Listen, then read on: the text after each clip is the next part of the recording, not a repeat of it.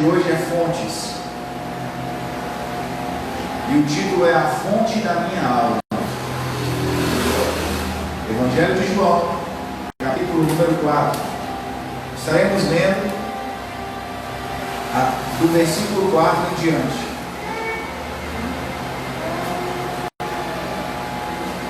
Ou melhor, vamos ler do versículo 1 para que tenhamos uma compreensão melhor. Evangelho de João, capítulo 4. Assim diz a palavra de Deus: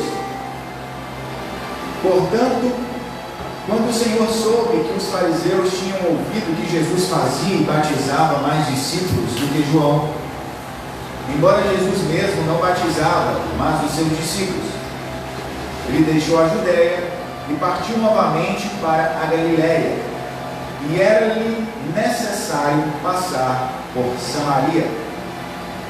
Então ele chega a uma cidade de Samaria que é chamada Sicar, perto das terras que Jacó deu a seu filho José.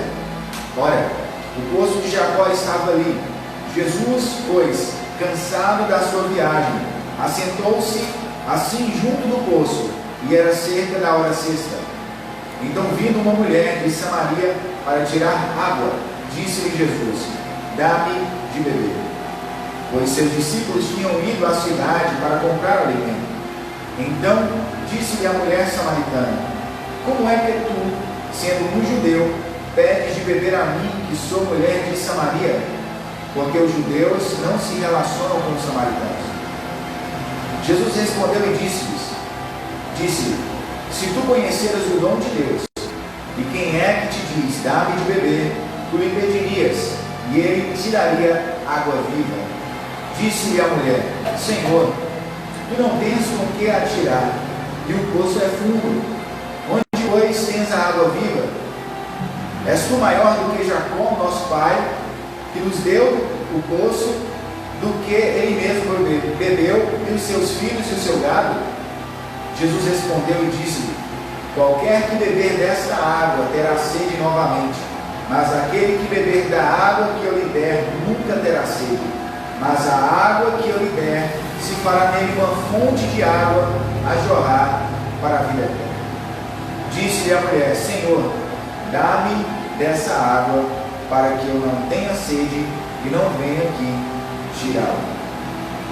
Disse-lhe Jesus: vai, chama o teu marido e vem cá. A mulher respondeu e disse: eu não tenho marido. Disse-lhe Jesus: tu disseste bem, eu não tenho marido, porque tu tiveste 5 maridos, e o que agora tens não é teu marido. Isso disseste com verdade. Disse-lhe a mulher: Senhor, eu vejo que tu és um profeta.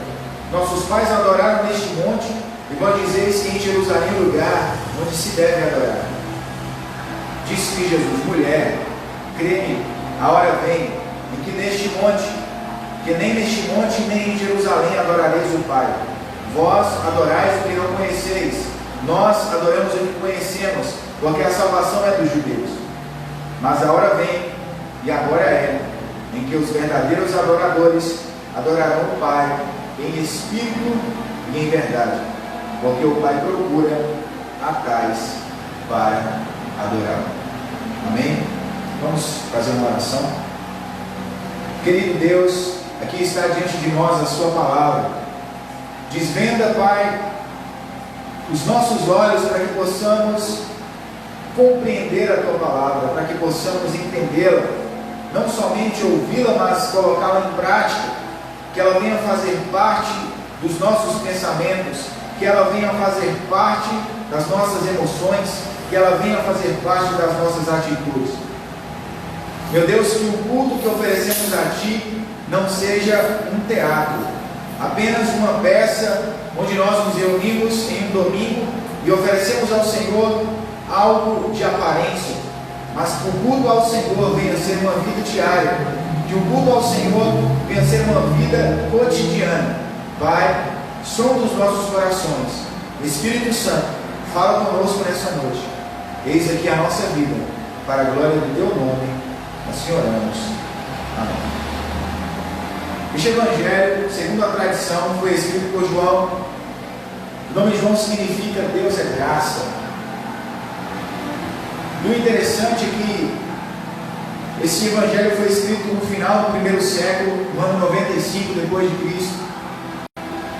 E dentro de João, o Espírito Santo estava ali ministrando essas coisas, relembrando ele para que deixasse para nós, a igreja, a respeito do verbo da vida, da palavra de Deus que se fez carne e habitou entre nós, Jesus Cristo. Eu quero destacar aqui a palavra fonte. Essa palavra no latim é fonte ou fontes. Ela tem o sentido de algo que emana, algo que brota da terra, algo que flui de dentro. Em um sentido figurado, a fonte ela é um manancial, ela é algo que brota e flui abundantemente. Quando Jesus diz aqui no texto que aquele que beber da água que ele tem para dar, nunca mais terá sede, porque dentro dessa pessoa, uma fonte da parte de Deus começa a jorrar. E para que entendamos um pouco do contexto, estamos aqui falando sobre uma mulher samaritana. Samaria, na época de Jesus, era uma região, ficava a cerca de 39 quilômetros da Judéia. E Samaria era uma cidade também. Na época em que ela foi fundada pelo rei Onri, pai de Acabe, por volta do ano 808, 805 a.C. E nessa época o reino de Israel era dividido em reino do norte e reino do sul. O reino do norte estava com 10 tribos e o reino do sul com apenas 2 tribos. O reino do sul, quem governava, a princípio, na época que o reino foi dividido, foi Roboão, filho de Salomão, e quem governava o reino do norte era Jeroboão. Só que pelo povo ter pecado contra Deus, Deus os entrega na mão dos assírios. O rei Salmanassé, rei da Assíria, por volta do ano 719 a.C., ele faz um cerco na cidade de Samaria. E esse cerco dura cerca de 3 anos. No ano de 722 a.C., eles são levados para o cativeiro, para a Assíria. E a forma com que os assírios levavam o povo que eles capturavam era o seguinte: eles estrelavam umas pessoas nas outras com anzóis no queixo ou no nariz, e um ficava acorrentado no outro, e eles formavam fileiras, e eles caminhavam. Quando o da frente tropeçava e caía, a boca da pessoa que estava atrás ou na frente se rasgava, porque estava presa com um anzol. E aqui os samaritanos, como foi que eles surgiram?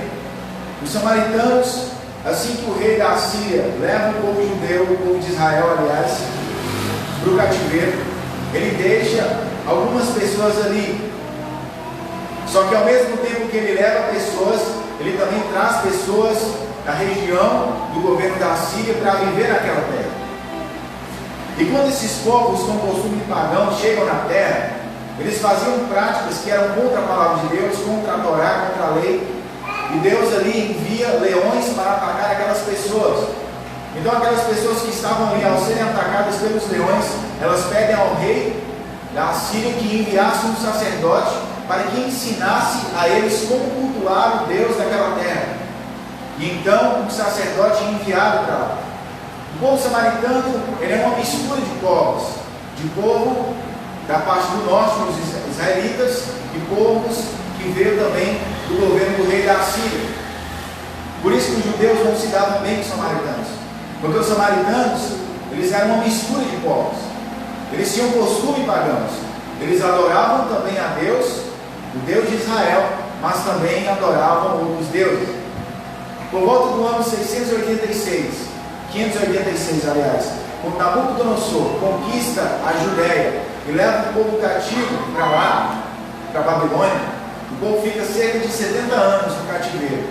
Quando o povo retorna para reconstruir Jerusalém e edificar o templo, os samaritanos que estavam ali, eles falam com os judeus e dizem: olha, vocês estão edificando o templo e nós queremos ajudar vocês a edificar esse templo, porque nós também somos israelitas.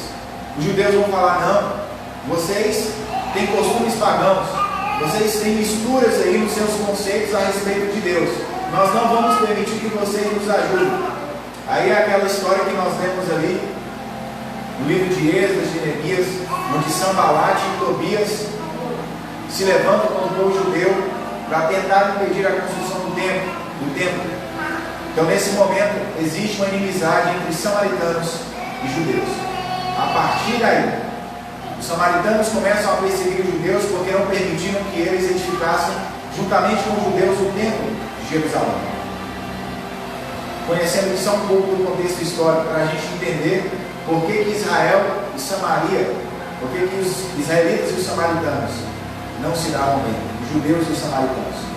Então, por eles não serem permitidos estar ali junto com o povo, edificando o templo da Judéia, eles vão para o Monte Gerizim e edificam um templo. Só que depois, no período ali dos Macabeus, um filho de Simão Macabeu vai e derruba o templo samaritano. E então eles passam a adorar somente no monte, através daquele lugar, embora o templo estivesse destruído. Já na época de Jesus, ainda existia essa discórdia entre os judeus e os samaritanos. E a discórdia era tanta que entre a Galileia e a Judéia existia o território de Samaria no meio. Os judeus preferiam dar um contorno de 40 quilômetros a mais na sua jornada do que passar dentro do território de Samaria. A inimizade entre eles era tão grande que eles não suportavam uns aos outros. Flávio Joseph vai nos dizer que no ano 19 depois de Cristo, os samaritanos pegaram ossos humanos e jogaram dentro do templo de Jerusalém, profanando o templo, aumentando ainda assim mais a rixa entre judeus e samaritanos. Aqui, meus irmãos e irmãs, era feio o negócio, era muito feio. Por isso que a mulher vai falar para Jesus: por que você, judeu, fala comigo sobre o samaritano? E o texto vai nos dizer que era-lhe necessário passar por Samaria. Jesus era judeu. O que Jesus queria com Samaria? Trazendo para os dias de hoje, era-lhe necessário Jesus passar pela sua vida, passar pela minha. Nós que estávamos afastados da aliança de Deus, que éramos considerados pessoas que estavam distantes de Deus, foi necessário que Jesus passasse pela sua vida, passasse pela minha vida. Mesmo quando nós não tínhamos valor, Ele nos deu valor. Os samaritanos não tinham valor para os judeus, Jesus deu valor aos samaritanos. Tanto é que tem um texto que é interessante, que Jesus estava passando por uma cidade e ele pede autorização para pregar ali, para estar ali.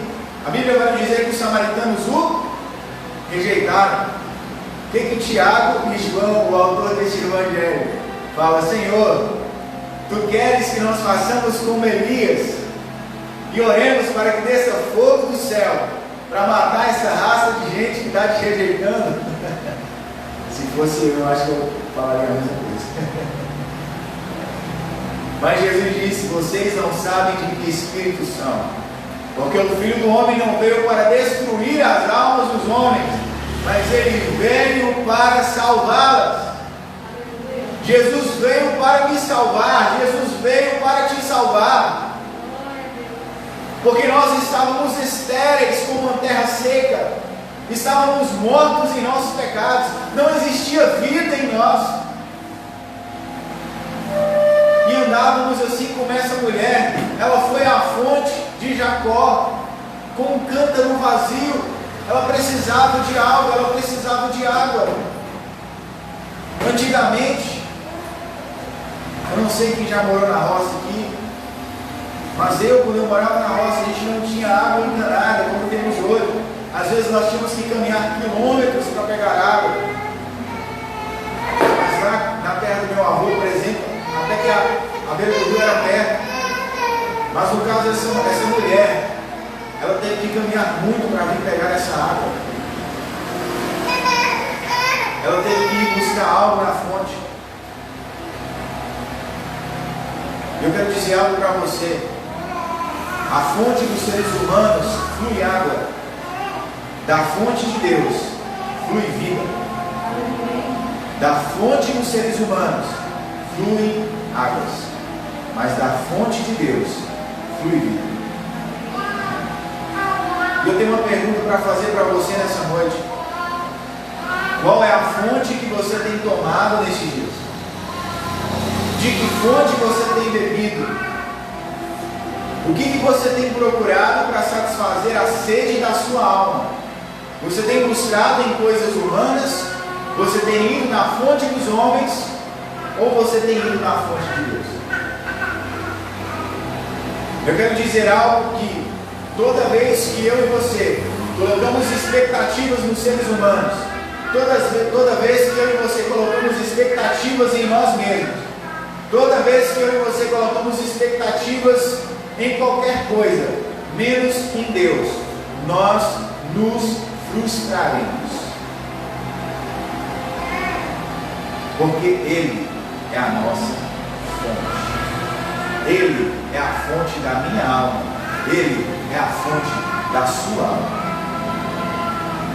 Eu quero destacar aqui 3 pontos dessa mensagem.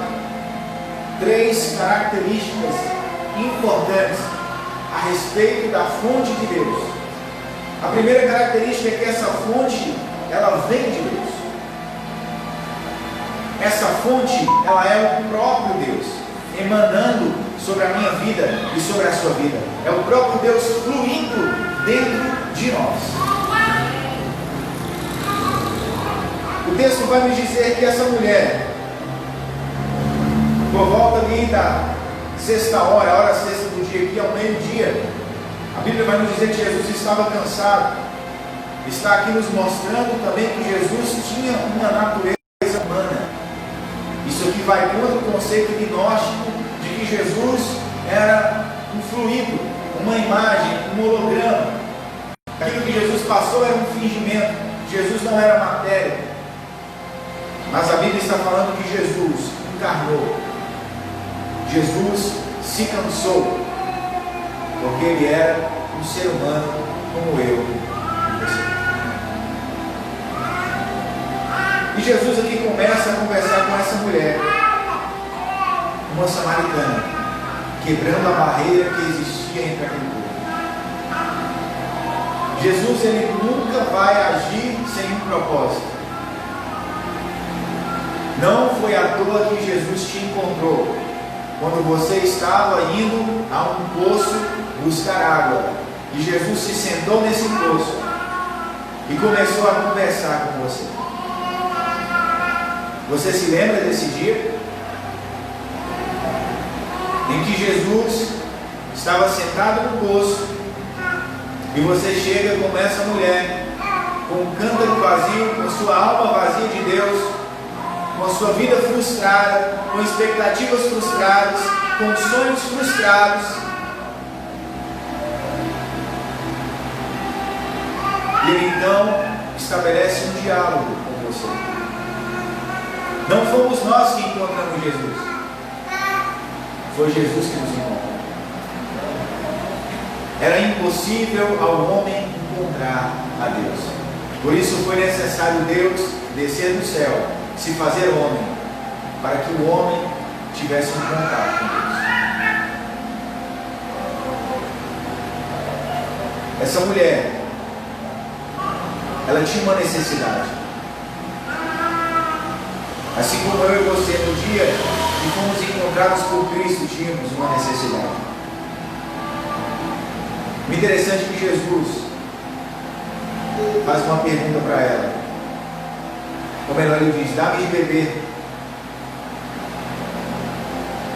E ela diz: como é que você, sendo um judeu, pede de beber a mim, que sou uma mulher de Samaria? Jesus respondeu e disse: se tu conheceras o dom de Deus, e quem é, o que te diz, dá-me de beber, tu lhe pedirias, e ele lhe daria água viva. Disse a mulher: Senhor, tu não tens do que tirar, que o poço é fundo, onde pois tens essa água viva? Essa água aqui é uma fonte, Aqui era uma cisterna. Esse poço era um poço de água parada. Mas a fonte que Jesus estava falando é uma água que flui. É uma água que sempre está em movimento. E essa água é uma água de vida, porque onde ela passa, tudo aquilo que estava morto começa a viver. Esse rio é uma extensão do próprio Deus. É o rio de Deus fluindo na minha vida, na sua vida. O salmista vai dizer: há um rio que alegra a cidade de Deus. Esse rio flui do próprio Deus. Esse rio flui do próprio trono de Deus. Esse rio é Deus fluindo sobre nós, sobre o nosso mar morto que está cheio de sal, trazendo vida. Existe uma profecia em Ezequiel que o rio de Deus ainda vai passar pela água do mar morto, e aquelas águas que estavam mortas terá vida novamente. Quem sabe, meu Deus, muitas pessoas estão nesse dia mortas em si mesmas, sem vida, precisando desse rio,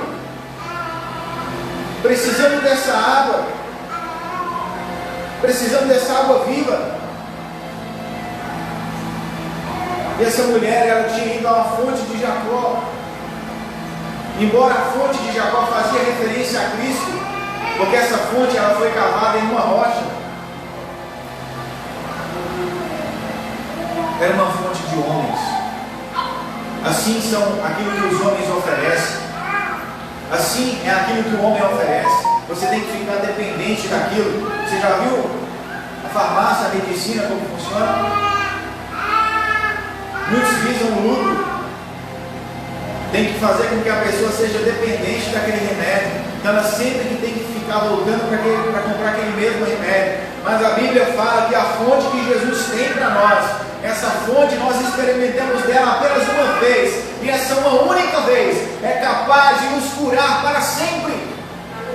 É capaz de mudar a nossa vida, de transformar a nossa história, de quebrar as nossas cadeias. Quebrando a cadeia da depressão, a cadeia da morte, a cadeia do suicídio. Onde havia desejo de morte, passa a ter desejo de vida. Vida é o que nós precisamos, é dessa vida que não está aqui entre os homens, mas essa vida que vem do alto, essa vida que veio do alto. Precisamos de vida. Precisamos ir à fonte de Deus. Chega de ir à fonte dos homens. Chega de se frustrar com coisas dos homens. Nós temos a fonte de Deus, a palavra de Deus revelada, encarnada. Temos a oração, que é uma fonte, onde nós todos os dias temos que ir a essa fonte e falar: Senhor, dá-me de beber.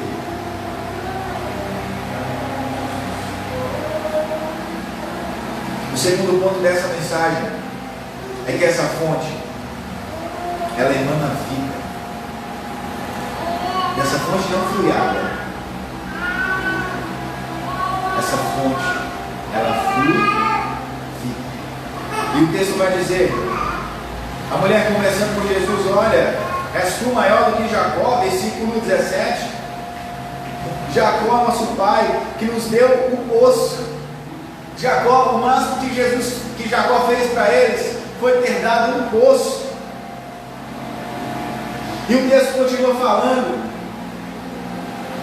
do qual ele mesmo bebeu, e os seus filhos e o seu gado. Jesus respondeu e disse: qualquer que beber desta água terá sede novamente. E a Bíblia diz: mas aquele que beber da água que eu tenho, da água que eu lhe der, nunca terá sede. Mas a água que eu lhe der, se fará nele uma fonte de água a jorrar pela vida eterna. De repente essa mulher fala: Senhor, eu quero essa água. Senhor, eu quero beber dessa água, para que eu não venha mais voltar aqui beber, e ter sede, para que eu venha ter sede e não venha buscar novamente.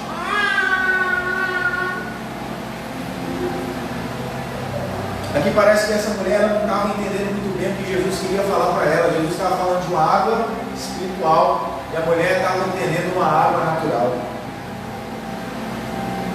Eu não sei você, mas você já passou por essa experiência de você tentar pregar o evangelho para alguém e parecer que aquela pessoa não está entendendo o que você está falando. Jesus passou por isso. Só que de repente, quando ela pede, isso parte de um desejo. Da forma que eu e você nos aproximamos de Deus, Deus vai nos corresponder. Porque a Bíblia fala que para com o puro ele se mostra puro, para com o íntegro ele se mostra íntegro, mas para com o perverso ele reage à altura. Como Deus não vai reagir de forma perversa, porque ele não pode negar a si mesmo, ele vai reagir com o perverso conforme a perversidade do perverso. Então Deus vai nos corresponder da forma que eu e você nos aproximamos dele. Se nos aproximamos dele com reverência, ele vai se apresentar a nós com reverência. Então quando ela pede, Jesus diz: olha, vai e chama teu marido. A mulher responde: Senhor, eu não tenho marido. Disse-lhe Jesus: tu disseste bem, eu não tenho marido, porque tu tiveste 5 maridos, e o que tens agora não é teu marido. Isso disseste com verdade. Você já imaginou essa pessoa ser rejeitada por 5 homens? Já parou para imaginar como estava o coração dessa mulher? Você já encontrou na vida pessoas que não deram certo na vida emocional? Pessoas que acharam que não tem solução? Isso é frustrante. Terminar um namoro, só quem terminou sabe a dor que é. Terminar um relacionamento, só quem terminou sabe a dor que é. Essa aqui tinha passado por 5. Imagina como estava o coração dessa mulher. 5. Veio o primeiro, não quis. Veio o segundo, não quis. O terceiro, o quarto, o quinto e o sexto. Ela estava ainda, dá-se a entender que nem era esposo dela, ela estava tendo um caso. O que você pensa? Como é que estava o coração dessa mulher?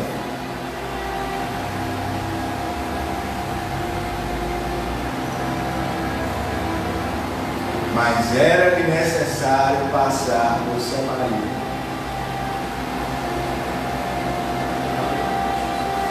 Era necessário passar por Samaria. Era necessário Jesus passar pela sua vida. Era necessário Jesus passar pela minha vida. Estávamos cansados da vida, frustrados. Jesus resolve passar por Samaria. O que Jesus queria por Samaria? O que Samaria tinha para oferecer para Jesus? Me fala o que eu e você tínhamos que oferecer para Ele. Não tínhamos nada. Mas era-lhe necessário passar por Samaria.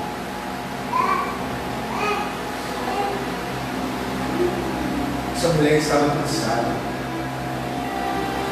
Cansada de ser um objeto na mão dos homens. Essa mulher estava cansada demais.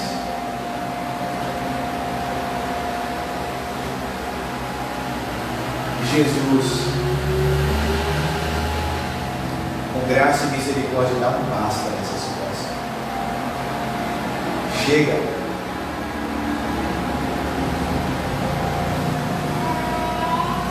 E ela fala: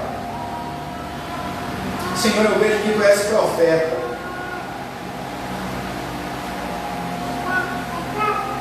Nossos pais neste monte adoraram, e vós dizeis que em Jerusalém é o lugar onde o homem deve adorar. Aqui estavam presos a conceitos humanos. E eu já vou para o terceiro ponto dessa mensagem, que fala justamente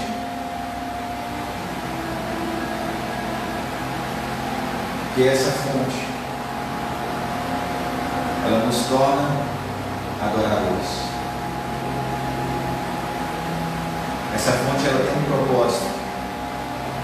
ela nos torna canais de Deus na vida de outras pessoas. Mas na frente o texto vai dizer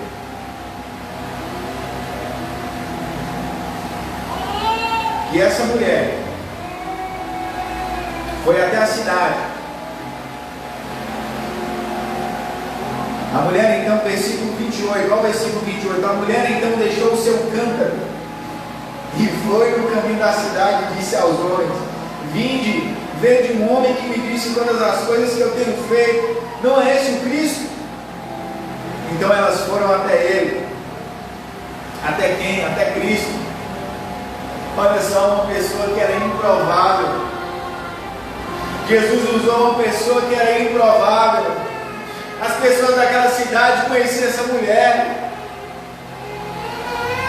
conheciam a história dela, e eles falaram: nossa, se esse Jesus mudou essa mulher, esse Jesus muda, esse Jesus é capaz mesmo, porque essa mulher aqui. E essa mulher se tornou um canal. Ela deixa o cântaro para trás. Não era o cântaro físico que ela precisava encher, ela precisava ser cheia dessa fonte.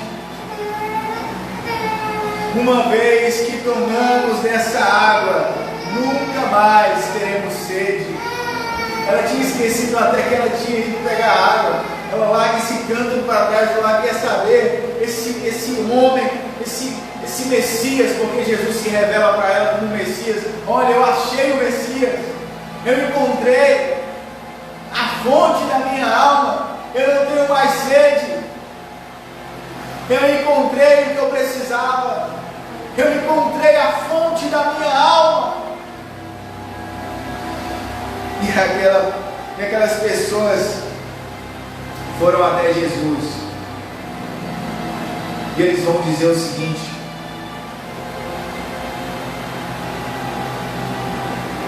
versículo 39, muitos samaritanos daquela cidade creram nele, em Jesus, por causa da palavra da mulher que testificou: ele me disse tudo que eu tenho feito. Assim então os samaritanos foram até ele e pediram-lhe que ficasse com eles, e ele ficou ali 2 dias. Era-lhe necessário passar por Samaria.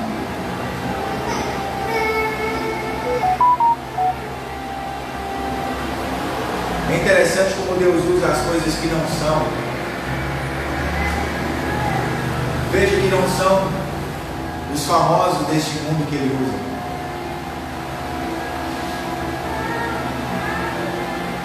Veja que não são aquelas pessoas que estão lá em cima.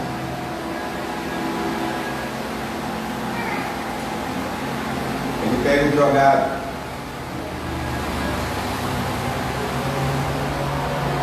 ele pega a prostituta, ele pega o bêbado, ele pega um morador de rua, um órfão, uma criança que foi abandonada pelos pais, que foi deixada dentro de um cesto de lixo. Ele pega alguém que ficou no orfanato. Ele pega os improváveis. Ele usa improváveis. A vida dessa mulher nunca mais foi a mesma. E o interessante é que Jesus vai falar sobre adoração. Enquanto estamos presos a conceitos humanos, Jesus estava falando que não era no Monte Gerizim e nem em Jerusalém lugar que fluía adoração, que emanava adoração. Jesus diz que aqueles que adoram a Deus em espírito e em verdade não estão restritos a lugares. A minha vida espiritual e a sua vida espiritual não está restrita dentro da igreja. Você já viu aquelas pessoas que dizem: eu sou crente dentro da igreja, mas na minha profissão eu não sou crente.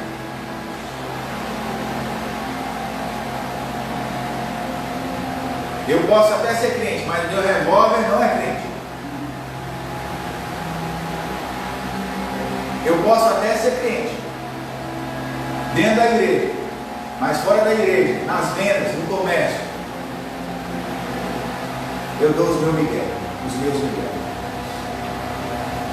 Jesus está falando: olha, os verdadeiros adoradores são aqueles que o Pai procura, são esses que são canais da parte de Deus para com que a vida que vem do alto flua entre os seres humanos, e onde tem morte passa a ter vida de Deus. Deus quer usar eu e você, mas nós precisamos ser verdadeiros adoradores. Deus procura essas pessoas.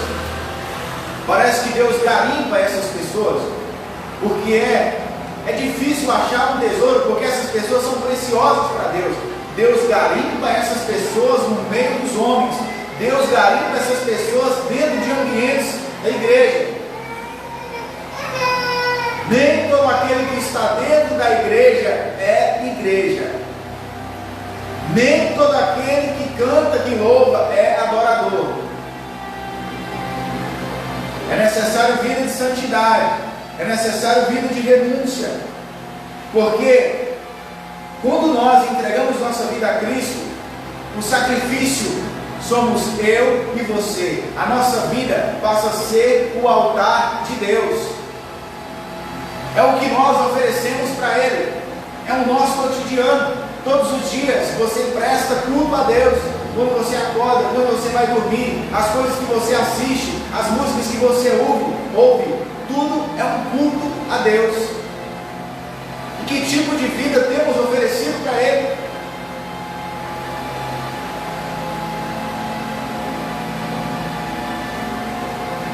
Mas a hora vem, e agora é, que os verdadeiros adoradores adorarão o Pai em espírito e em verdade, porque o Pai procura tais para adorar. Na visão de Ezequiel, quando ele vê os querubins da glória de Deus, ele vai dizer que esses querubins estavam cheios de olhos por dentro e por fora. Isso quer dizer que adorar a Deus é ter os olhos somente dele. Esse ser é tão glorioso que é necessário que todos os olhos estejam.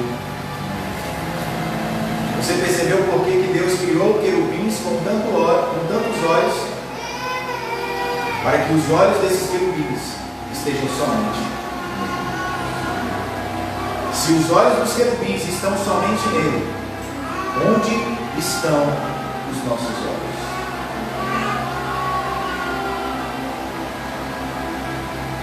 Então nós vimos nessa mensagem a respeito da fonte das nossas almas, que é Jesus. Nós vimos que essa fonte vem de Deus. Dessa fonte emana vida.